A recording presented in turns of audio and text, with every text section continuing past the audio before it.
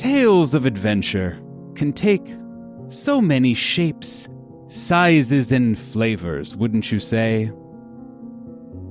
Swashbuckling tales of heroes throwing caution to the wind and winning the hearts of all, or world-shattering intrigue and stakes made personal by principles beyond individual mortality, or dark, harrowing tales of madness where those unlucky enough to find themselves within scrape by the skin of their teeth, if they scrape by at all.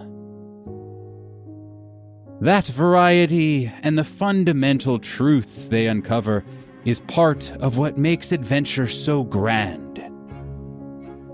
But what are all these sordid or soaring or bittersweet or triumphant happenings compared to the greatest adventure of all?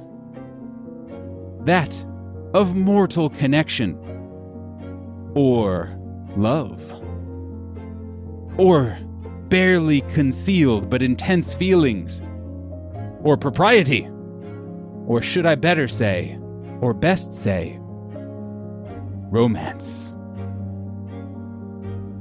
And that is the adventure we find ourselves in today, a tale as old as time. A young woman seeking to prove to the world, others, and above all herself, that she is worth a great deal more than society has thus far deigned to measure her. And of course, those that love her enough to support her on that journey of self-discovery and growth. The company of the Golden Tree Adventuring Guild, exploring the restricted section of the Agmar Library, will now explore the restricted sections of their own hearts in the guise of 4 new but similar individuals. Welcome, one and all, to Reckless Abandon. Excuse me, what I mean to say is, welcome one and all to episode 100 of Reckless Attack, a usually 5th edition Dungeons & Dragons actual play podcast.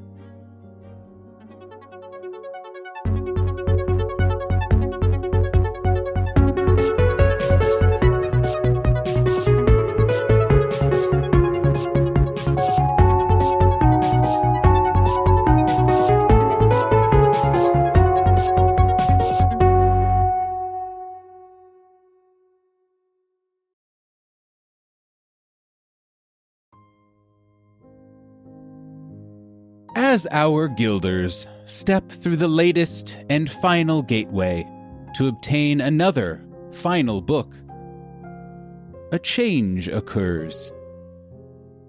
They are at once themselves someone entirely new and someone very, very old. It is a beautiful fall morn on the Gold Tree Estate, a well-to-do but not palatial manor. The tranquility of the outside world, filled with the sounds of crunching leaves and smells of, well, also leaves, belies the buzz going on inside. As the Gold Tree family readies for the day, the manor staff, who are considered family in all but blood, swirl with even more activity than usual. What do we do? Are they awake? Do we bring it to the master first? Oh, the missus. No, the missus. No. Give it to him. He'll know what to do. Will you do it? Okay, fine. I will do it. The cook of the kitchens, a chubby mustachioed tiefling man, grabs a small fine envelope and walks out of the kitchens with purpose. Steve, who does he go find in this critical moment, and where does he find him? Excellent question. Hello, everyone. My name is Steve, and for this particular 100th episode, I shall be playing Sylvester Lynn, the head butler for the Gold Tree family. So this particular tiefling rushes out and around the house and goes back into the dining area for the help. And seated at the table is a tall, dragonborn gentleman, and he seems to be going through various papers and looking at orders that are coming in for various sundry items. As the tiefling walks in, the dragonborn looks up, and you can see a monocle in one eye, and he says, Yes, may I help you? Yes, sir. Yes, sir. Well, we daren't not guess what was in this envelope, but, well, we did guess what was on the envelope, and it seems of great import to the family, and we weren't sure where to take it, and, well, we thought you might. Let me see it. He passes you a note that on one side simply writes in precise calligraphy the Gold Tree Estate, and on the other side has a green wax seal on it with an intricate feather. Well, I dare say this is most irregular. I shall take it to the family, thank you. and Sylvester will stand up and quickly exit the dining area. Who are you bringing this missive to? Ordinarily, it would probably go to the master of the house. Understood. But given this particular envelope and the feather that is associated with it, this is actually going to the head lady of the house. Where do we find Charity Goldtree on this fine morning, matriarch of the Goldtree family? Hi everyone, I'm Jonathan, and today I am not playing checkers. Mm-mm. I am playing Charity Goldtree, the head matriarch of the family. We're all dying in the background. We can't. Jonathan, before recording, was like, should I use my checkers voice? And we're like, yeah, I think that'll be funny. Do I use the checkers voice? And, you know, it'll remind people who's who and be a nice differentiator. And then we heard it, and then we're like, and then just we all died, I think. It's like, in a should good I? way. Should But I? I need a quick aside. Who's Mango in this story? The family dog. the family house. Yeah. Exactly. Okay. Absolutely. So you find Charity Goldtree up on the second floor of our manor. And when, Sylvester, you walk in to what you know to be the family's hat room, you find Charity just fussing about with this big wall of what she has. She has a whole collection of hats. And she is just trying to place them in the right place. She's like stretching up as high as she can get. And she is this 3-foot-tall grung woman in a green dress, trying to just angle the hats just right when she sees you open the door. Sylvester, what's wrong? You're not usually here at this hour. I am terribly sorry to have disturbed you, ma'am. But this came. And somewhere along the way, Sylvester has picked up a small silver platter, and the envelope is neatly in the middle of the platter with the address pointing towards Charity so that she's able to read it. I'll stop fussing with the hats just long enough to go and grab the envelope from Sylvester and break the wax seal on it. And you know this seal.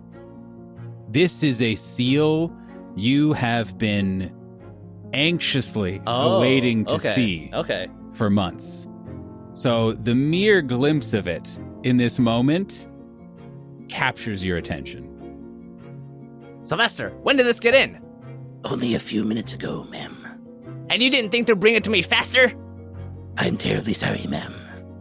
Charity rips it open and just starts reading furiously.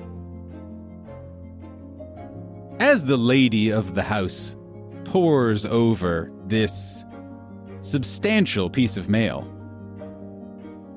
the master of the house is busying himself with his morning as well. David, what is your character doing? Who is he? Give us his whole deal. Hi everyone, I'm David, and today I am not playing Kaskrin. I'm playing something very similar. Kaskrin adjacent. Yes. I am playing Kenjamin Goldtree, master of this estate. Kenjamin is enjoying a nice morning in his study, in his personal study, where he has cultivated a number of his favorite interests, his favorite items, his favorite knickknacks. And he is relaxing in his chair. He's got a wooden puzzle cube in his hand that he is hard at work solving, deep in concentration in this fine fall day. He is a muscular, well-built, if not a shorter man, a dwarf perhaps, with long, flowing white hair tied up in a ponytail and a short, scruffy white beard. As the man of the house, he must be presentable at all times, of course, but his fine clothes are a bit more worn after years of use. And as he fusses with the cube a little bit more, turning the final pieces into place, he exclaims, "I've done it!" And then all of a sudden, the door to your study just slams open, and you see Charity, your beloved wife, waving around a piece of paper with Sylvester in tow, just grabbed sharply by the wrist. "Mr. Goldtree, how can you be sitting around at a time like this? Don't you know what's going on?" And Kenjamin sets down the cube, looks at you, and says, "Charity, Sylvester, to what do I owe this honor on this otherwise tranquil day?" "Take a look at this!" And Kenjamin gets up, pulls out his reading glasses, and slowly opens this letter. And you see his eyebrows raise. "Well, Charity, this is quite a surprise." And where, Sophie, during all of this turmoil, all of this excitement, all of this upheaval, where is your character? What is she doing? What does she look like? Who is she?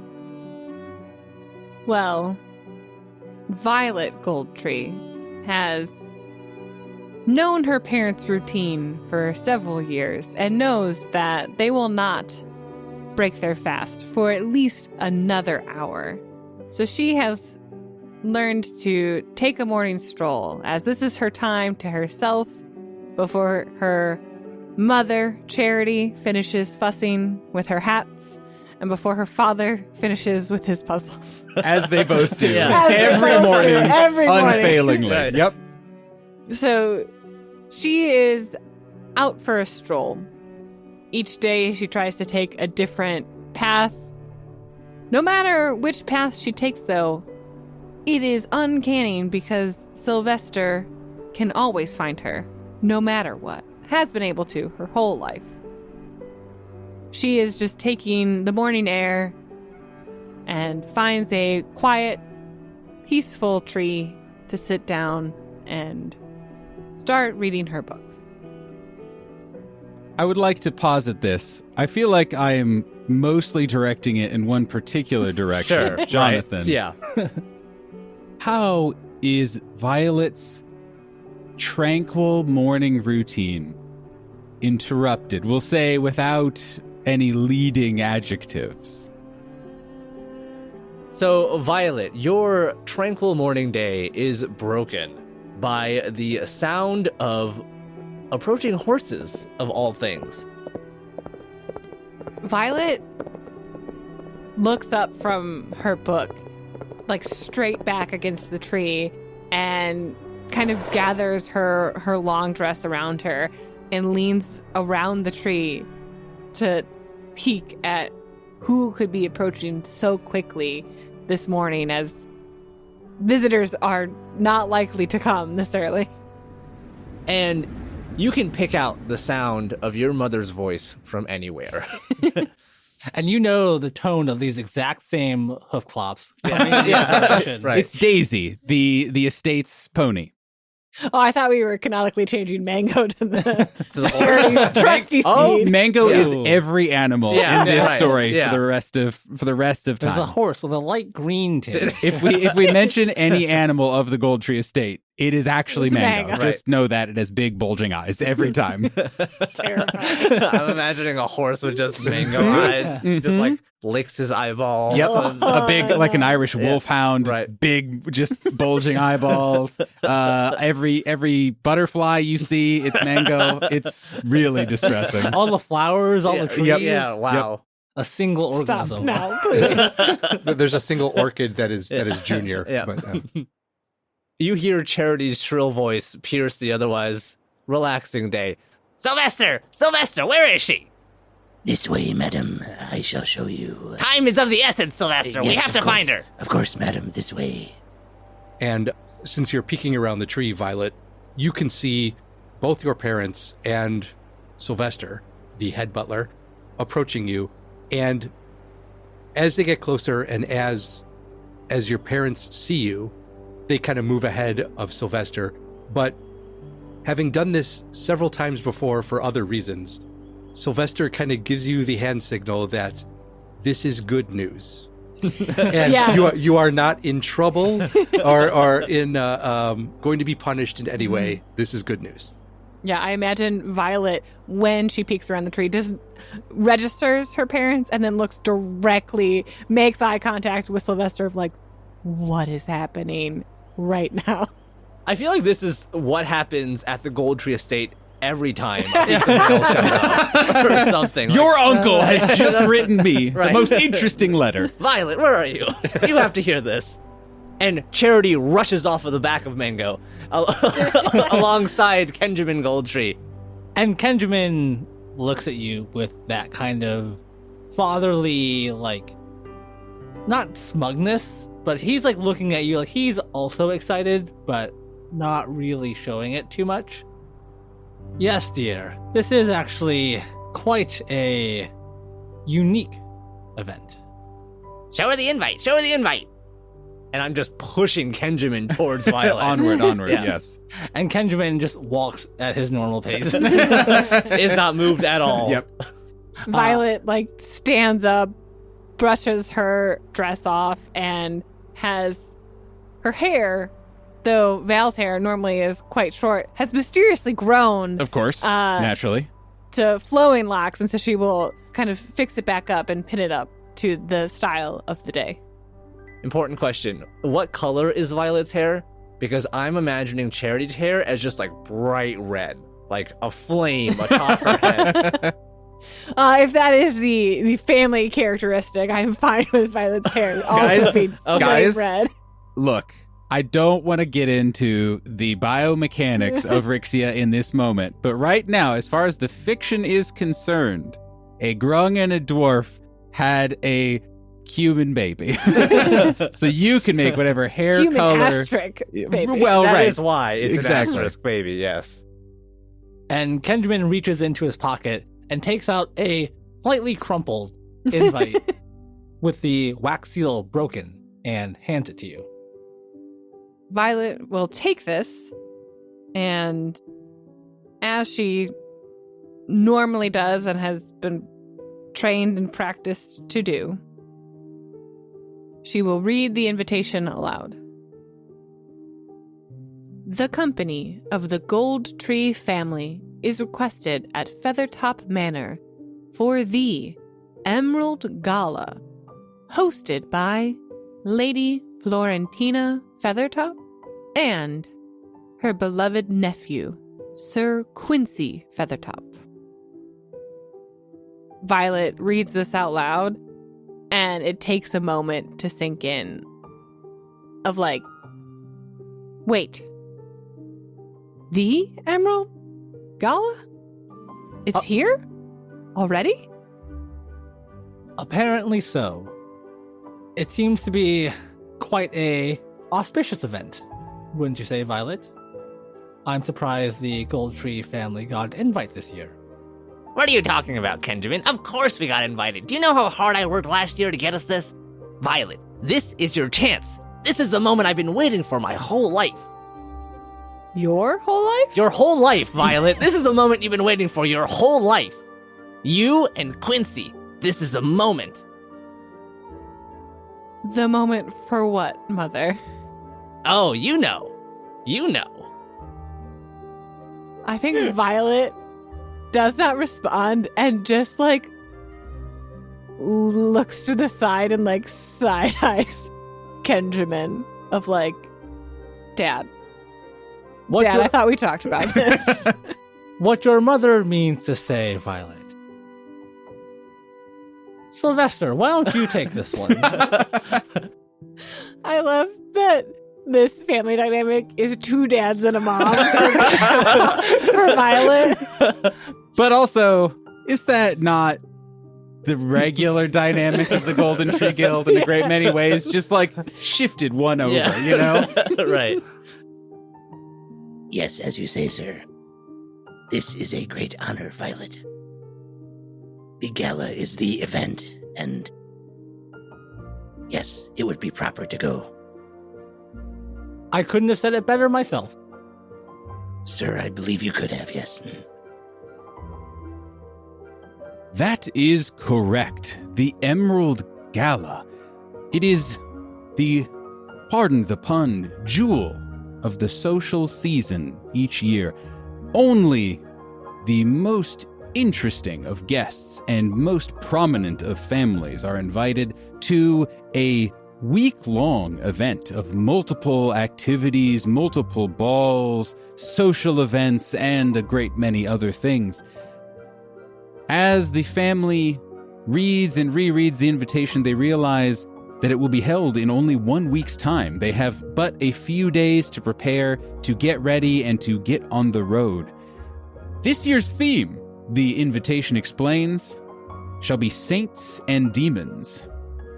Attendees, of course, should be prepared for dress codes, including high fashion, high fast business casual, and high slow regal pomp, among others.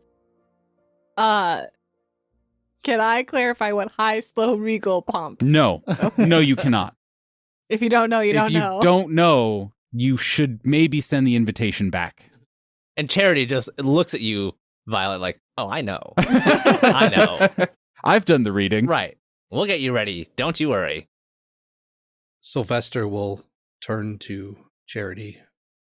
Ma'am, shall I notify the help that the dresses need to be brought out? Yes, of course, at once. Thank you, Very- Sylvester. Very well, ma'am. Sir, madam. And Sylvester will kind of bow to each person and then head back down the path. It's going to be a silly question, but just to clarify, was Charity the only one on the horse? No. The rest of us were like running. That's what I imagine. 110%. Fine. Yes, perfect. That's how the Especially Gold Tree... one horse. It's not Yeah. all three of you on one Yeah, horse. no, that's how the Gold Tree Estate has always worked. It's always been Kenjamin and Charity riding on top of Mango, and then Sylvester just sprinting behind Or just like the a two of light, us. sensible jog. Right. Mhm. Exactly. I imagine Mango is like a little pony. Yeah, Yeah, okay, exactly. Perfect. Yeah. All right, so With big bulging eyes. Yeah. A stout pony to carry a dwarf and a strong woman As wide as he is tall. It's very off-putting. with the bulging eyes. He was not from a high pedigree breeder, shall we say. Fair. You found him in the woods out back, Mhm. but he has served you well. Correct. So Sylvester will turn and head back to the house. Kenjamin looks towards you, Violet, and says, "Come along, dear. I think your mother has preparations that need to be made. But I do want to ask, how do you feel about this invitation? Is it something you are excited about, apprehensive of?" I am very excited that we have received such a prestigious invite to an event that Mama here has been looking forward to since my birth, I presume. Maybe before. Yeah, it's before you were Sounds born, like- Violet. like maybe beforehand, too. Though you do know me, and I do have some apprehensions of week-long festivities, but I have no doubt that I shall persevere. Yes, I think you get that from your father. Violet chuckles, and as she and her parents turn back towards the house, her mind does not go towards the lack of alone time that will happen at the gala, but to one person in particular who she knows will be there and is remembering their last interaction, which ended in her favor, but she doesn't know if it made them an enemy.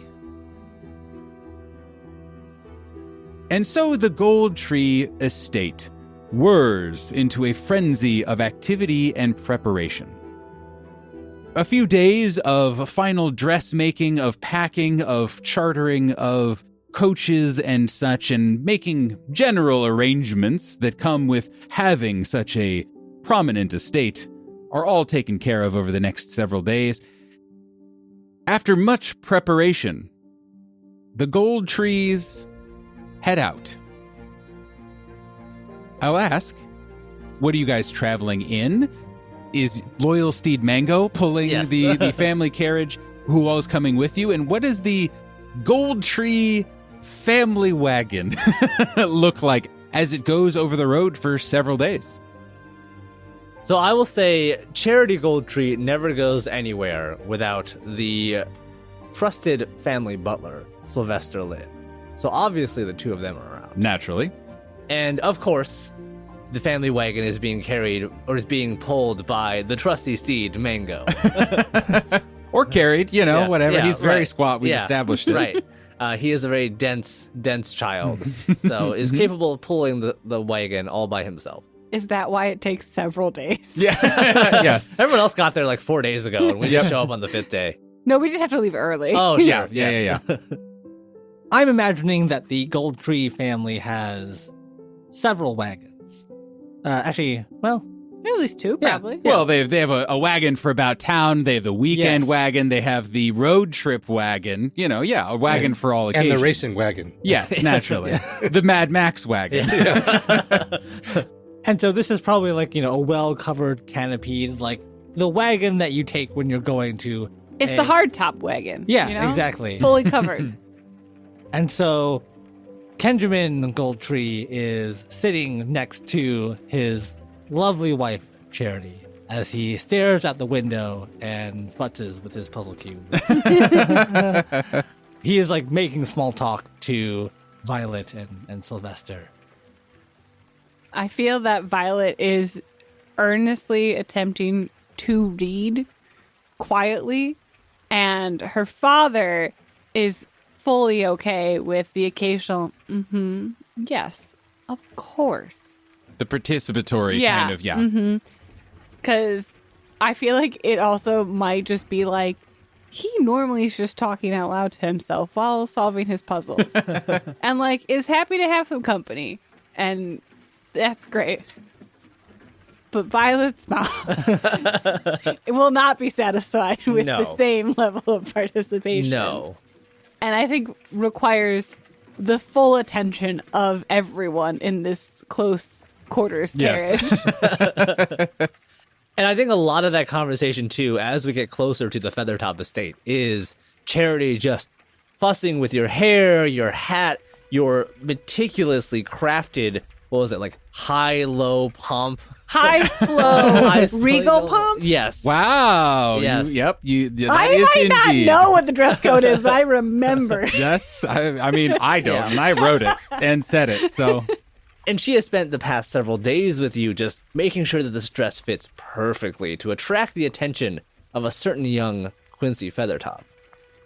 So there are formal mother machinations, Yes. though, of like, Yes. that is your goal. Right. Does Violet know of your machinations, or is this something that Charity is like, no, if Violet knows my plans, everything is ruined. She must think this is like her own idea. I think this is very obvious. I think Okay. from the beginning, it's like everyone else knows that the Emerald Gala is kind of this event where people schmooze, they kind of get together, Yes. and it's not necessarily like a entirely romantic No. event. No, like people are there for status, for company, that kind of stuff. But Charity has her eyes set on making sure that her daughter gets matched up with the most eligible man there, of course, Quincy Feathertop. Of course. And is putting in all the effort. She has sacrificed. She has bled for this moment. And she has bequeathed her favorite green dress to her daughter for this event to appear presentable at the Emerald Gala. I feel like this has been a debate Violet and Charity have had. Like, is it too on the nose to come to the Emerald Gala in Emerald? You may have tried to debate. Yeah, this was decided for you long ago, unfortunately. So that is what you were appearing in. It was very weird that as you were trying on all those dresses, there was really only one color. Correct. And Kenjamin will say, as he looks up from his cube, despite any reservations you may have, Violet, you do look stunning in that green dress. Doesn't she? I know. She looks great. Of course she looks great. I feel like Violet and her father exchanged a knowing glance where it's like, thank you, Papa. And it's just Violet I feel like there's the Violet moment and the Val moment. Where Val knows this is happening and is she has the knowledge she is a character in a book. Yep. But in this moment, it's Val's what if I just jump out? Could I still get the book if I just jump out right now? Tuck and roll. Tuck and roll. Val has a lot of experience in libraries. And this is, of course, breaking the fourth wall. Val, for those who somehow have jumped into episode 100 and aren't familiar, Val is the normal character of Sophie. I would say that Val, because you guys are both your characters and these fictional characters all at the same time. Val would be familiar with the mysterious, deep, abiding power of narrative momentum. And if you jump out, that's I'm going to jump out of the raft on this white water river and then be washed ashore to where you were already going. Right. You'll either be carried much more roughly to the same location, or you'll just be bashed against some rocks. And maybe you'll still make it to the end of the exactly where you're going to be, or lost in the woods to dehydrate if that makes, if that kind of continues to give you that illusion of player choice. Yes. So Val, I think, will take a deep breath and re-enter the full character of Violet and be like, Sylvester, any idea how close we are to Feathertop Manor?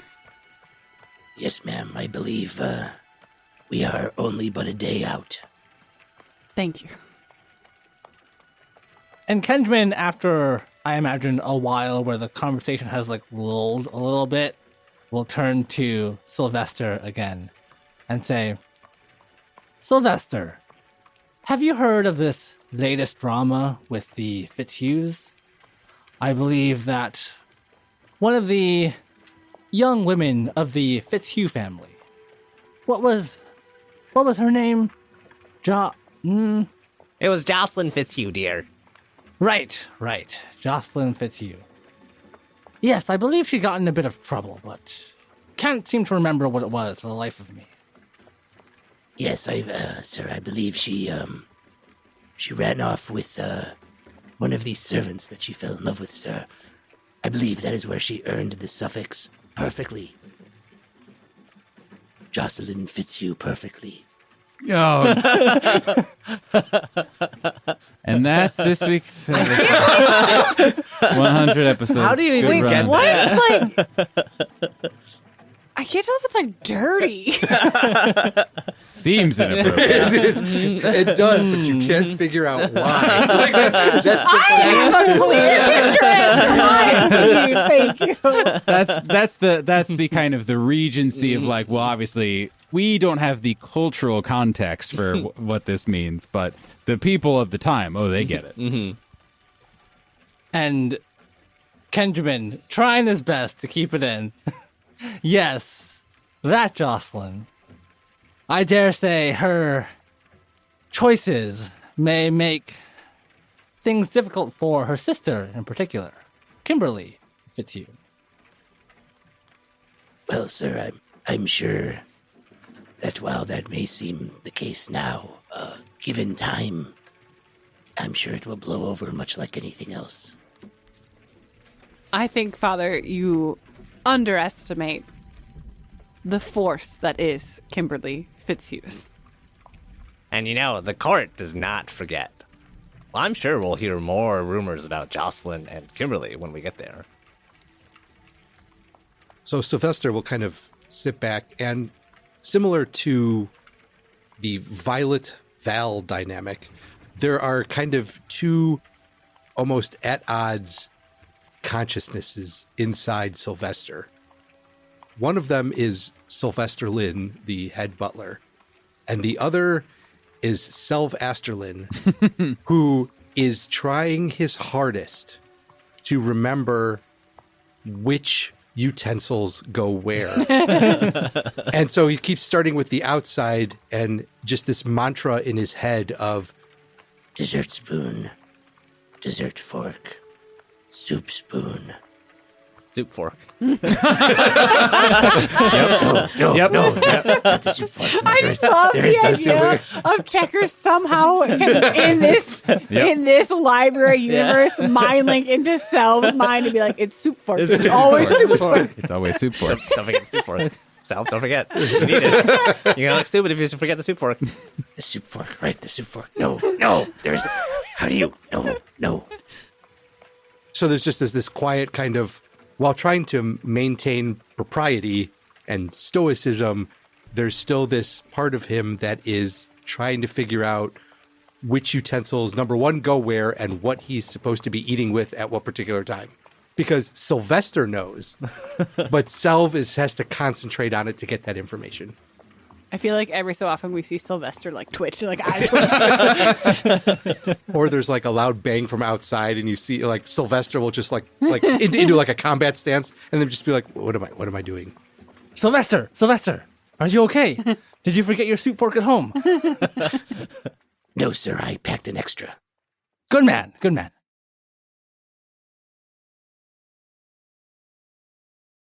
And now, a word from our sponsor.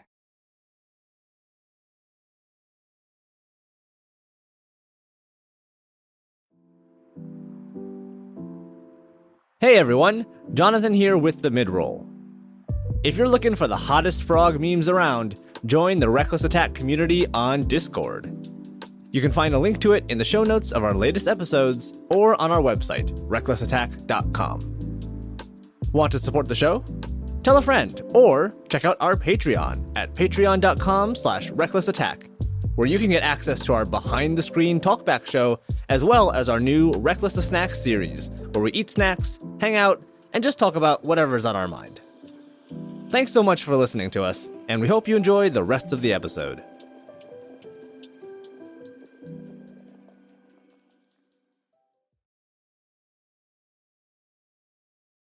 And so, verily, do the Gold Tree family continue along their way, and this feels like a good time to talk a little bit about the Rixian Regency period. Now, this is something that probably some of the characters know, and some of the players know, and definitely Cascarin Brightmane, the Dwarven Warlock, noted fan of a variety of romance novels, would know. The Rixian Regency period, much like here in the Earth world, the meat space, describes a very specific period in Rixian history, which is several hundred years ago, during a particularly low magic period of history. It is definitely a very traditional, kind of tradition-focused time period. Lot of emphasis on etiquette, on decorum, on society, kind of your social standing, as well as expressing yourself through kind of a variety of artistic skills, experiences, expertise, education, and skills being kind of very prized. These traditions, unlike the Earth Regency period, don't include things like sexual purity and, treating people like property, for example. But in this period, especially in kind of the upper crust where you guys are in this portion of the world, these sorts of traditions are the bedrock of your community. And a thing also, a chain for some people. For many, it is, empowering to know kind of how society is supposed to work. For others, they may not like being told what to do and how to do it. But that is what we shall be exploring here today in this game. And it is a game of my own design. Hey. We have talked about it a little bit in our Patreon episodes. Go support us, patreon.com/recklessattack. But long story short, we'll get into some of the details as we roll them, but lots of just emotions and archetypes and nonsense lay ahead of you. But enough of that. Because before you all, behind what can only be acres of beautiful, well-kept property, is the estate, the manor of the Feathertops. The Feathertop family is by far the most wealthy, the most respected, the most well-connected, the oldest family in the region. When you speak of society, you may as well be speaking of the Feathertops. They are preposterously well off. So, as you guys are going down this large drive, presumably there are other carriages now as well with other people who are attending, who are also arriving from as far away perhaps as you have, maybe even farther. Help me describe some of the things that you see as you truck your way down, maybe even as you arrive at this preposterously large residence, if you can even call it that. As we gaze upon the estate of the Feathertops, we pass the large lake in front of the main house, and our carriage rolls past it through manicured lawns, through fields of crops that are being tended to. And we continue and continue.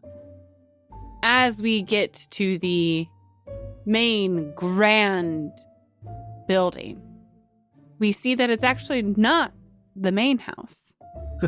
And our carriage is actually ushered through a set of very tall columns.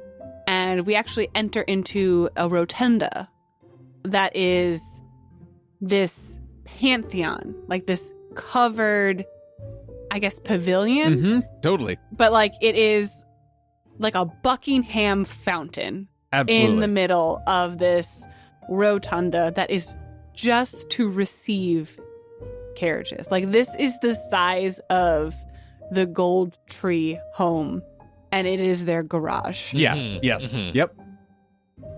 And all along this rotunda, as the carriages file in one by one, we are greeted by not only this display of wealth, but also by the Feathertop namesake. A variety of feather trees surrounding the entirety of this rotunda. And these feather trees, grow tall and have feathers instead of leaves. Wow. I'm here for it, yeah. But you can see that the feathers waft from the trees like the Japanese blossoms in spring. What colors are they? I want to say like browns and whites and blues. And probably some actual gold. Like shiny-ish. Like maybe that there's like one tree, like maybe it's part of this kind of center display, but there is one that you would swear that these leaves are golden. Can I add something incredibly stupid? We've gotten to the multi-car rotunda receiving area Yeah, that I is the don't- size of your house. Okay. Yes, you can. So I'm imagining that in addition to the feather trees for which the Feathertop estate is named, the Feathertops are a bit of an odd bunch in some ways. And one of those ways is that they actually just have a whole bunch of wandering birds around their estate. And I'm thinking like big turkeys. I'm thinking like ducks and geese. It's a menagerie Yeah. of, there's not like an iconic Right. one bird. It is birds. Just there are Well, birds here. I think the iconic bird is the peacock, but they have a bunch of them, and it is forbidden to interact negatively with these birds. Like if you see them around, you leave them alone. You're probably not Yeah. allowed to act positively Yeah. or neutrally Yeah. to these Right. creatures Yeah. either. Do not make Right. eye contact Correct. with these birds. And alongside the massive flock of birds that are just wandering around when people are entering and pulling up to the estate, there's an army of help and servants as well, just cleaning up after the birds. So the place looks pristine, but there's ducks wandering around, there's turkeys wandering around, and you gotta be careful not to step over them, or you gotta be careful not to accidentally step on them, because that is one of the biggest social faux pas you can make at Feathertop Estate. This is not. We haven't even started playing the game yet. Yes. And I, the creator, am already going to break a rule. Cool. Or ask for something outside of the normal rules. Could you, Uh-huh. Charity Goldtree, Yes. could you please make me a stoicism check? So, Charity is not the most stoic person. And on the spectrum of the way this game works, there's stoicism and there's passion.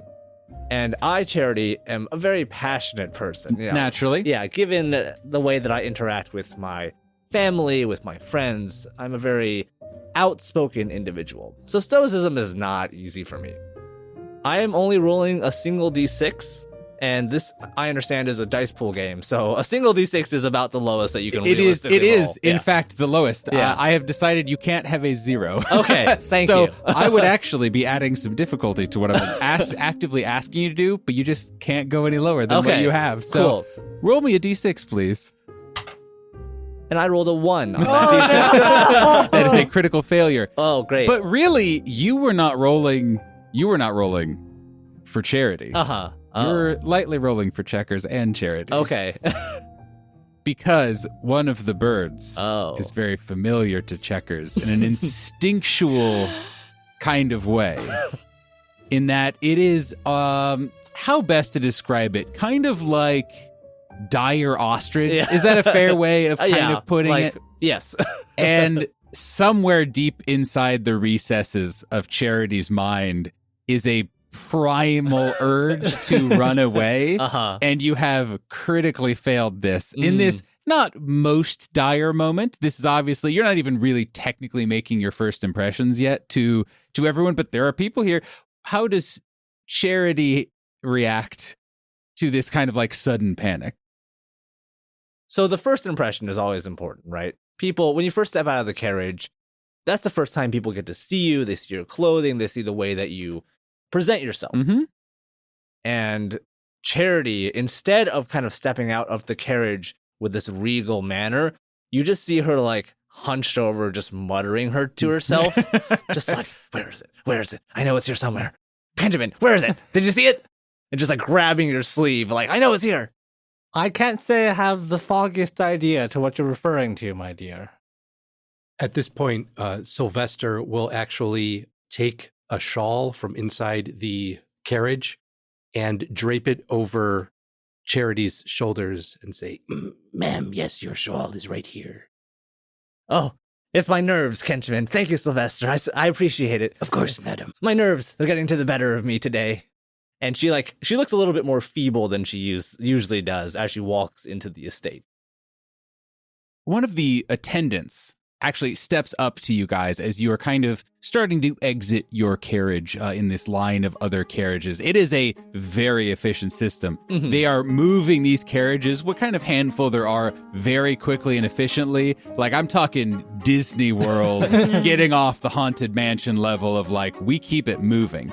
And I would like to interject. mhm. And I would like Violet to have a slight main character moment where she is the last one out of the carriage and takes a moment as she has a little bit of a vantage point and will kind of peek her head out while holding Sylvester's hand and take a quick glance around.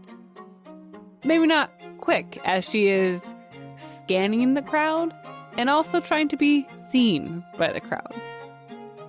Some things her mom, Charity, taught her did stick. Nice. So this attendant, who is, we'll say, a tall elven woman, wearing a very neat outfit, very fancy outfit, and almost militaristic kind of feel to it, and wearing a cape made out of the golden feathers from the centerpiece tree that you are all around, extends a hand to each of you as you are getting off of your carriage and says, welcome, dear cherished guests. May I escort you to the grounds proper? And Kenjamin is has extended his arm towards Charity, and they're kind of walking arm in arm now. And he says, that would be wonderful. You have a incredible estate here. Truly magnificent. Thank you, sir. We strive very hard to ensure it stands up to the rigors and qualities expected of a family as respected as the Feathertops. Please. And she helps Violet come off of the carriage. You kind of have this moment and take everything in. And I'm imagining the camera pans around from your face kind of over the shoulders of the Goldtree family. And she says very simply, welcome to Feathertop Manor. And before you, you see an even bigger building. The foyer. Yeah. It's a bigger building. Right. Yeah. This is the garage, and behind it is what is only identifiable as a palace. It probably was an actual palace at some point, some king's weird summer home 100 years ago. I am very much picturing Versailles. And we are just now getting to the courtyard. We haven't even seen the grounds behind it yet. Correct. It's just we got a 20-minute walk to the front door. Oh, sure. Yeah. Yes. And you already see there are a lot of people milling around. Not tons and tons. You certainly know that this is going to be a large event, but there are already a lot of other families that you maybe do recognize and maybe you don't recognize who are already here, maybe exploring the grounds, who are also kind of walking from their carriages up to what is the equivalent of 10 houses stacked on top of each other, essentially. As we get closer to the actual house, or what could be the servants' quarters that then we go past to get to the actual house, there is out front an enormous boulder that has been carved to look like a bird in flight. And on that bird, all over it, are actual feathers that have been placed into the boulder. And as you get closer, the part that actually makes up the feather, it is actually the names of the families that are attending the gala. And so the idea is you go up there and you actually pick out your feather for your family. And that is kind of, you hand that to the person who will be announcing you, and then they can announce you properly when you enter the gala for whatever event it's going to be. God, I love how extra the Feathertops are. Yeah, yeah, right. I am here for it. They got their name 200 years ago, and they just went hard on it. Feathertops, everybody. Yeah, right. I feel like they made their own version of rock, paper, scissors. Feather wins everything. Yeah. The four of you are directed to grab your, announcement feather and led further onto this incredible, lush estate. You are brought straight up to the front doors, which tower multiple stories above you. There are gorgeous windows. There are incredible little frescoes and details all over this place that have tons of little sculptures. And even now that you're closer, you can see that in a rare bit of magic for this time, kind of belying their power and potentially the age of this manor estate, the side of the house, if you can call it that, is the sky. It is the color of the sky perfectly, maybe give or take 30 minutes from now. So if it is towards the end of the day, it's a little darker. There's maybe a couple more clouds, but just enough so that it stands out against the actual background around you. You are ushered in to this grand place. In front of you is giant stairways, 2 on either side of you, but that is not your destination.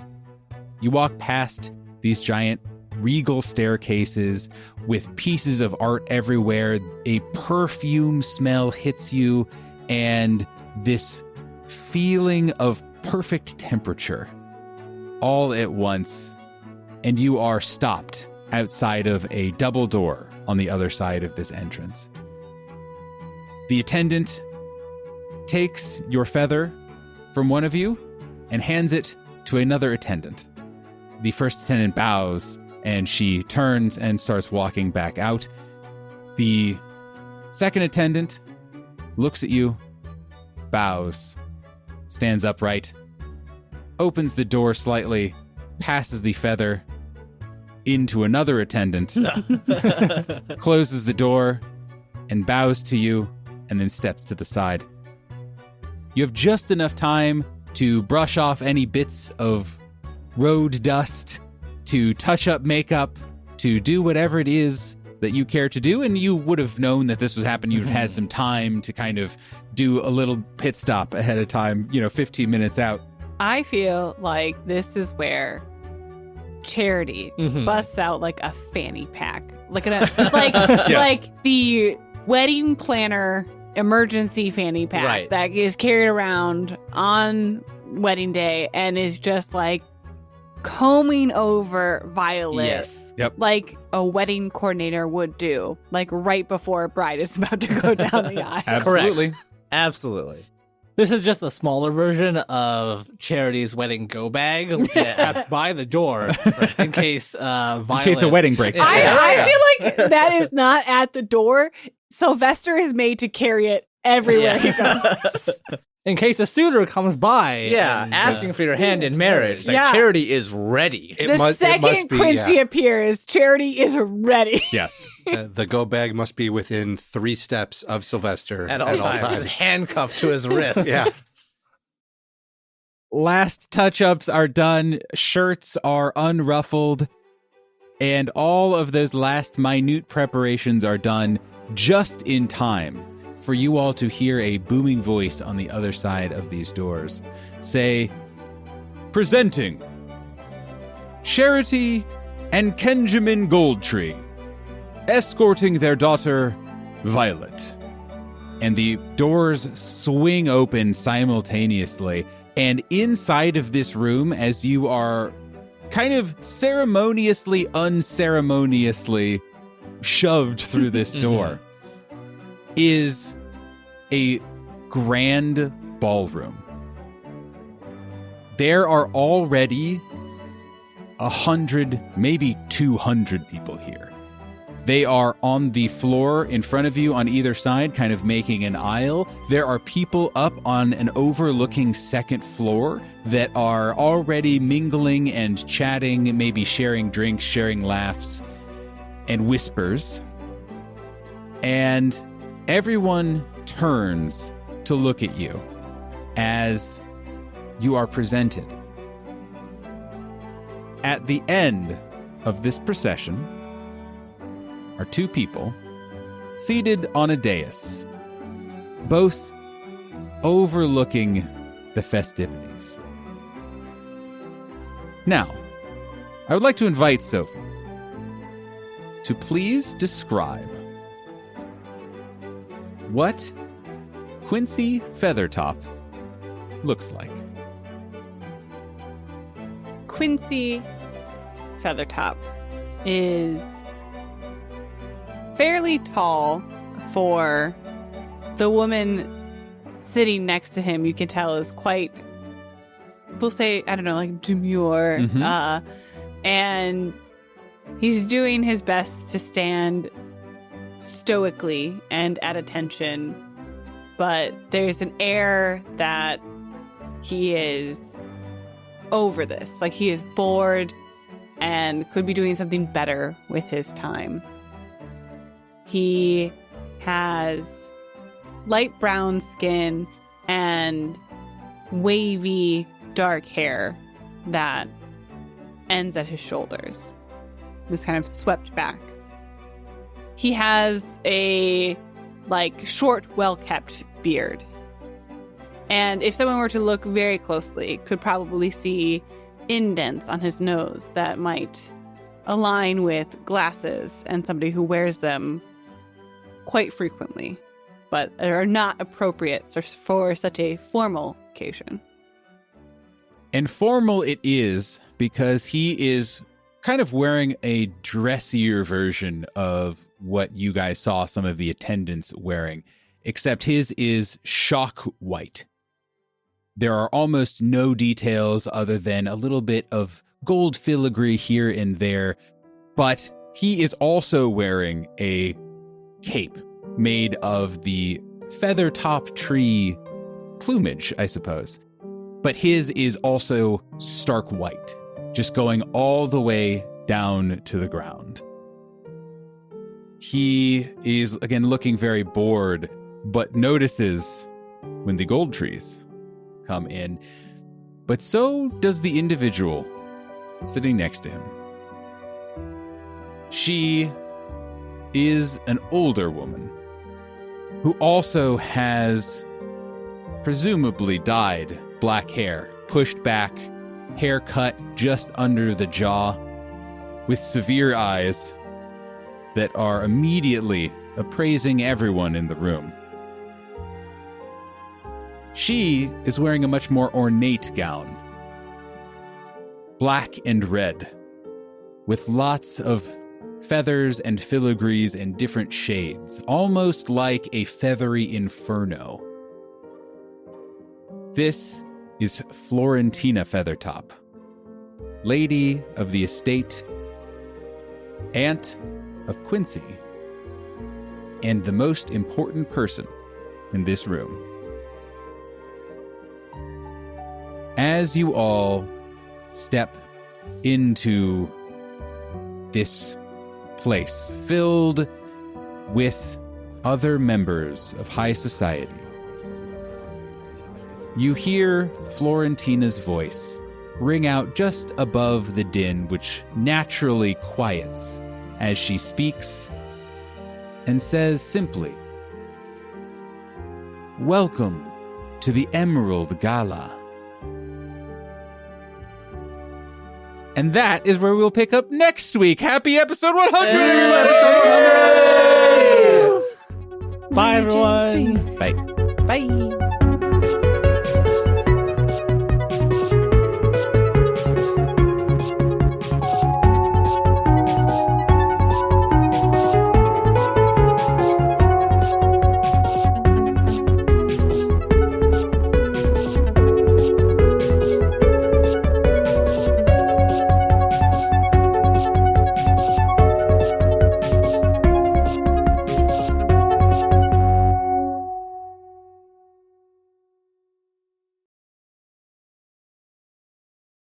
I can't,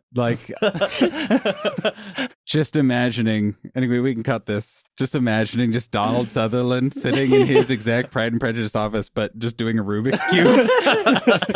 It's just like... I didn't describe it. The rest of his office has little gyroscopes and that little single-armed flailing thing on his desk that just rotates all the what- time. Oh, yeah, yeah, the, like yeah. perpetual motion The, kind of ball thing. Yeah, that- the little click, clack. And that's all. It was such an incredible image that I couldn't excise it.